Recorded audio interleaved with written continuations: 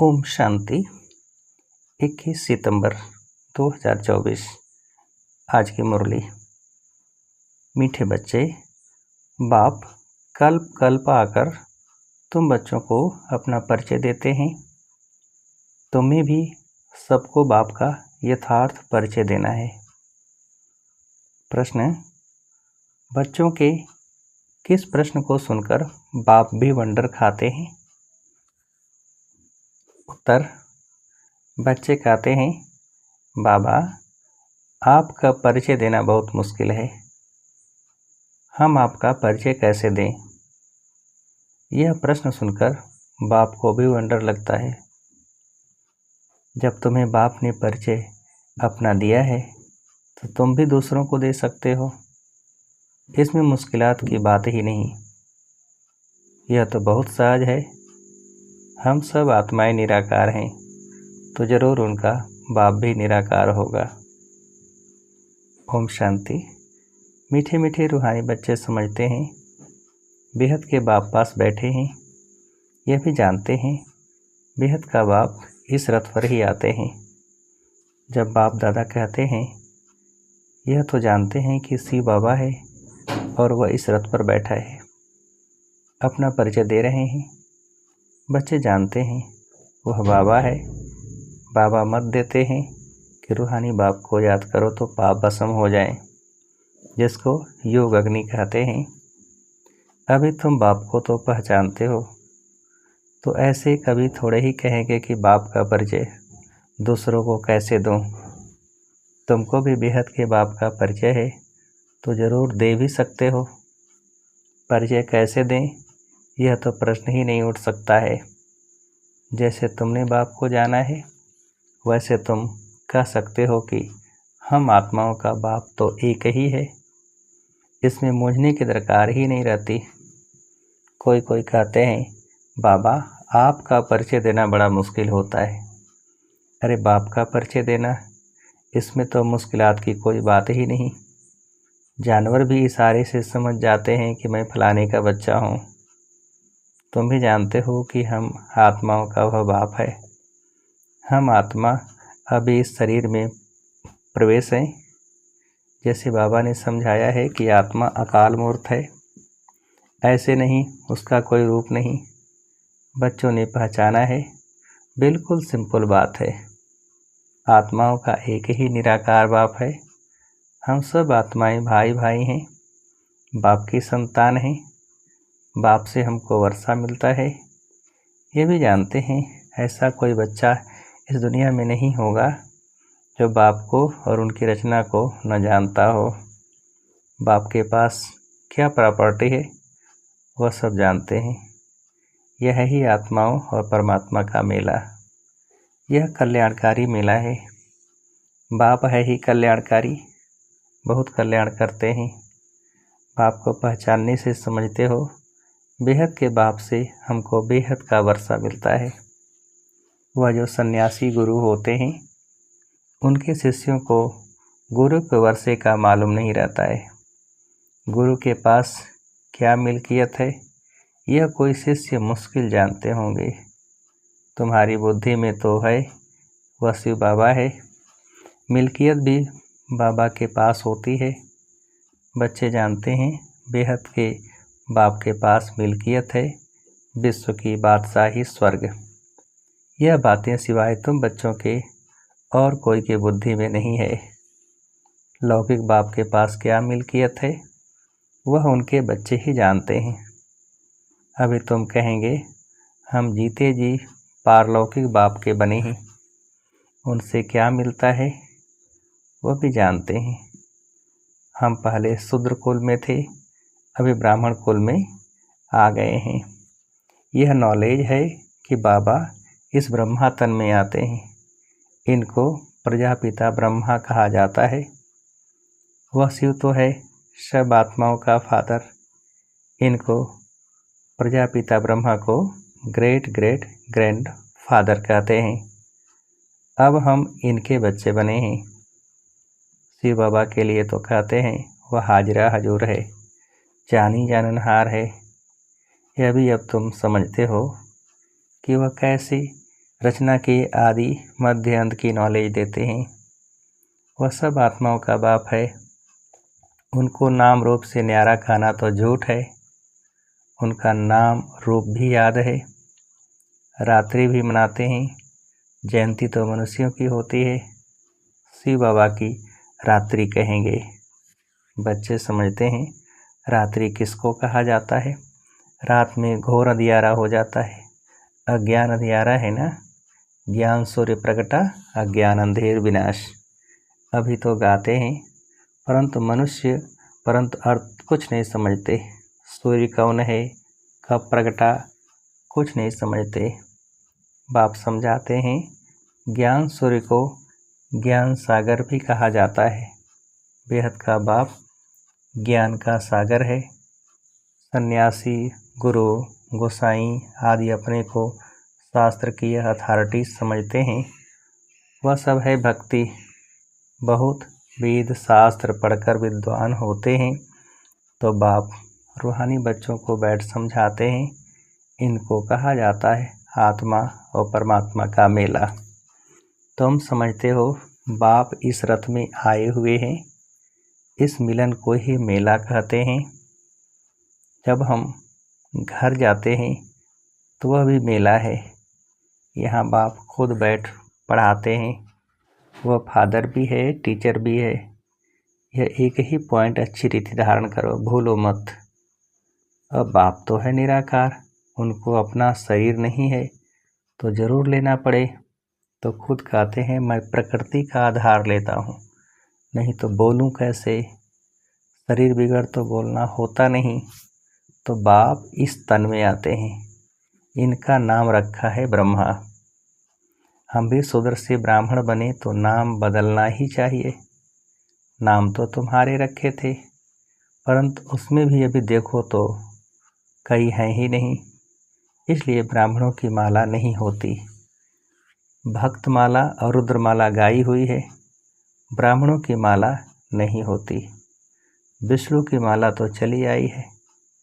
सूक्ष्म तन में विष्णु को 4 भुजा वाला दिखाया है। 2 भुजा लक्ष्मी की और 2 भुजा नारायण की। बाप समझाते हैं मैं धोबी हूँ। मैं योग बल से तुम आत्माओं को शुद्ध बनाता हूँ, फिर भी तुम बेकार में जाकर अपने श्रृंगार ही गंवा देते हो। बाप आते हैं सबको शुद्ध बनाने। आत्माओं को आकाश सिखलाते हैं तो सिखलाने वाला जरूर यहाँ चाहिए ना। पुकारते भी हैं आकर पावन बनाओ। कपड़ा भी मैला होता है तो उनको धोकर शुद्ध बनाया जाता है। तुम भी पुकारते हो हे पतित पावन बाबा, आकर पावन बनाओ। आत्मा पावन बने तो शरीर भी पावन मिले। तो पहली मूल बात होती है बाप का परिचय देना। बाप का परिचय कैसे दें, यह तो प्रश्न ही नहीं पूछ सकते। तुमको भी बाप ने परिचय दिया है तब तो तुम आए हो ना। बाप पास आते हो। बाप कहाँ है, इस रथ में। यह है अकाल तख्त। तुम आत्मा भी अकाल मूर्त हो। यह सब तुम्हारे तख्त हैं जिस पर तुम आत्माएं विराजमान हो। वह तो अकाल तख्त जड़ हो गया ना। तुम जानते हो मैं अकाल मूर्त अर्थात निराकार, जिसका साकार रूप नहीं है। मैं आत्मा अविनाशी हूँ, कब विनाश हो न सके। एक शरीर छोड़ दूसरा लेता हूँ। मुझ आत्मा का पाठ अविनाशी नूदा हुआ है। आज से 5000 वर्ष पहले भी हमारा ऐसे ही पाठ शुरू हुआ था। वन संवत से हम यहाँ पाठ बजाने घर से आते हैं। यह है ही 5000 वर्ष का चक्र। वह तो लाखों वर्ष का देते हैं, इसलिए थोड़े वर्षों का विचार में नहीं आता। तो बच्चे ऐसा कभी नहीं कर सकते कि हम बाप का परिचय किसको कैसे दें। ऐसे ऐसे प्रश्न पूछते हैं तो वंडर लगता है। अरे तुम बाप के बने हो, फिर बाप का परिचय क्यों नहीं दे सकते हो। हम सब आत्माएं हैं, वह हमारा बाबा है। सर्व की सद्गति करते हैं। सद्गति कब करेंगे यह भी तुमको भी पड़ा है। कल्प के संगम पर आकर सर्व की सद्गति करेंगे। वह तो समझते हैं अभी 40,000 वर्ष पड़े हैं और पहले से ही कह देते नाम रूप से न्यारा है। अब नाम रूप से न्यारी कोई चीज़ थोड़ी ही होती है, पत्थर भित्तर का भी नाम है ना। तो बाप कहते हैं, मीठे मीठे बच्चों, तुम आए हो बेहद के बाप के पास। बाप भी जानते हैं कितने ढेर बच्चे हैं, बच्चों को अभी हद और बेहद से भी पार जाना है। सब बच्चों को देखते हैं, जानते हैं इन सबको मैं लेने लिए आया हूँ। सतयुग में तो बहुत थोड़े होंगे, कितना क्लियर है, इसलिए चित्रों पर समझाया जाता है। नॉलेज तो बिल्कुल ईजी है, बाकी याद की यात्रा में टाइम लगता है। ऐसे बाप को तो कभी भूलना नहीं चाहिए। बाप कहते हैं मामेकम याद करो तो पावन बन जाएंगे। मैं आता ही हूँ पतित से पावन बनाने। तुम अकाल मूर्त आत्माएं सब अपने अपने तख्त पर विराजमान हो। बाप ने भी इस तख्त का लोन लिया है। इस भाग्यशाली रथ में बाप प्रवेश होते हैं। कोई कहते हैं परमात्मा का नाम रूप नहीं है, यह तो हो ही नहीं सकता। उनको पुकारते हैं, महिमा गाते हैं तो ज़रूर कोई चीज़ है ना। तमो प्रधान होने के कारण कुछ भी समझते नहीं। बाप समझाते हैं, मीठे मीठे बच्चों, इतनी 84 लाख योनियाँ तो कोई होती नहीं है ही। 84 जन्म, पुनर्जन्म भी सबका होगा। एक थोड़े ही ब्रह्म में जाकर लीन होंगे व मोक्ष को पाएंगे, ऐसे थोड़े ही होगा। यह तो बना बनाया ड्रामा है, एक भी कम जास्ती नहीं हो सकता। इस अनादि अविनाशी ड्रामा से ही फिर छोटे छोटे ड्रामा व नाटक बनाते हैं, वह हैं विनाशी। अभी तुम बच्चे बेहद में खड़े हो, तुम बच्चों को यह नॉलेज मिली हुई है हमने कैसे 84 जन्म लिए हैं। अभी बाप ने बताया है, आगे किसको पता नहीं था। ऋषि मुनि भी कहते थे हम नहीं जानते हैं। बाप आते ही हैं संगम युग पर इस पुरानी दुनिया को चेंज करने। ब्रह्मा द्वारा नई दुनिया की स्थापना फिर से करते हैं। वह तो लाखों वर्ष का देते हैं, कोई बात याद भी नहीं आ सके। महाप्रलय भी कोई होती नहीं। बाप राजयोग सिखलाते हैं, फिर राजाई तुम पाते हो, इसमें तो संशय की कोई बात ही नहीं। तुम बच्चे जानते हो, पहले नंबर में सबसे प्यारा है बाप, फिर नेक्स्ट प्यारा है श्री कृष्ण। तुम जानते हो श्री कृष्ण है स्वर्ग का पहला प्रिंस नंबर 1, वही फिर 84 जन्म लेते हैं। उसके ही अंतिम जन्म में मैं प्रवेश करता हूँ। अब तुमको पतित से पावन बनना है। पतित पावन बाप ही है। पानी की नदियाँ थोड़ी ही पावन कर सकती हैं। यह नदियाँ तो सतयुग में भी होती हैं, वहाँ तो पानी बहुत शुद्ध रहता है, किचड़ा आदि कुछ नहीं रहता। यहाँ तो कितना किचड़ा पड़ता रहता है। बाबा का देखा हुआ है, उस समय तो ज्ञान नहीं था। अभी वंडर लगता है पानी कैसे पावन बना सकता है। तो बाप समझाते हैं, मीठे बच्चे कभी भी मूंझो नहीं, बाप को कैसे याद करें। अरे तुम बाप को याद नहीं कर सकते हो, वह हैं कुह की संतान, तुम हो एडाप्टेड बच्चे। एडाप्टेड बच्चों को जिस बाप से मिल्कियत मिलती है उनको भूल सकते हैं क्या। बेहद के बाप से बेहद की मिल्कियत मिलती है तो उनको भूलना थोड़े ही चाहिए। लौकिक बच्चे बाप को भूलते हैं क्या। परंतु यहाँ माया का अपोजिशन होता है, माया की युद्ध चलती है। सारी दुनिया कर्म क्षेत्र है। आत्मा इस शरीर में प्रवेश कर यहाँ कर्म करती है। बाप कर्म अकर्म विकर्म का राज समझाते हैं। यहाँ रावण राज में कर्म विकर्म बन जाते हैं, वहाँ रावण राज ही नहीं तो कर्म अकर्म हो जाते हैं। विकर्म कोई होता ही नहीं, यह तो बहुत सहज बात है।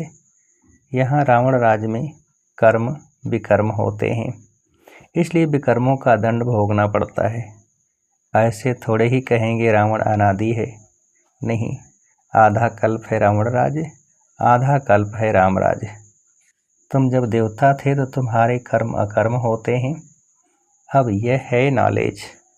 बच्चे बने हो तो फिर पढ़ाई भी पढ़नी है, बस फिर और कोई धंधे आदि का ख्याल भी नहीं आना चाहिए, परंतु गृहस्थ व्यवहार में रहते धंधे आदि भी करने वाले हैं।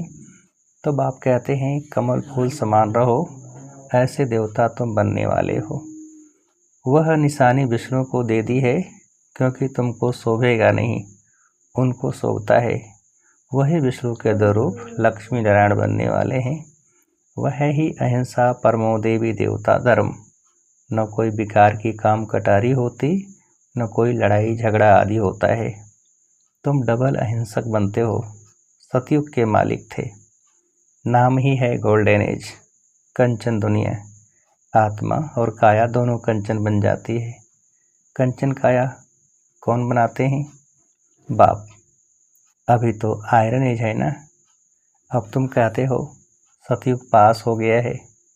कल सतयुग था ना, तुम राज्य करते थे, तुम नॉलेजफुल बनते जाते हो। सब तो एक जैसे नहीं बनेंगे। अच्छा, मीठे मीठे सिकेल थे बच्चों प्रति माता पिता बाप दादा का याद प्यार और गुड मॉर्निंग। रूहानी बाप के रूहानी बच्चों को नमस्ते। हम रूहानी बच्चों की रूहानी बाप को नमस्ते। धारणा के लिए मुख्य सार। पहली पॉइंट, मैं आत्मा अकाल तख्त नसीन हूँ। इस स्मृति में रहना है। हद और बेहद से पार जाना है, इसलिए हदों में बुद्धि नहीं फंसानी है। दूसरी पॉइंट, बेहद बाप से बेहद की मिल्कियत मिलती है, इस नशे में रहना है। कर्म अकर्म विकर्म की गति को जान, विकर्मों से बचना है। पढ़ाई के समय धंधे आदि से बुद्धि निकाल लेनी है।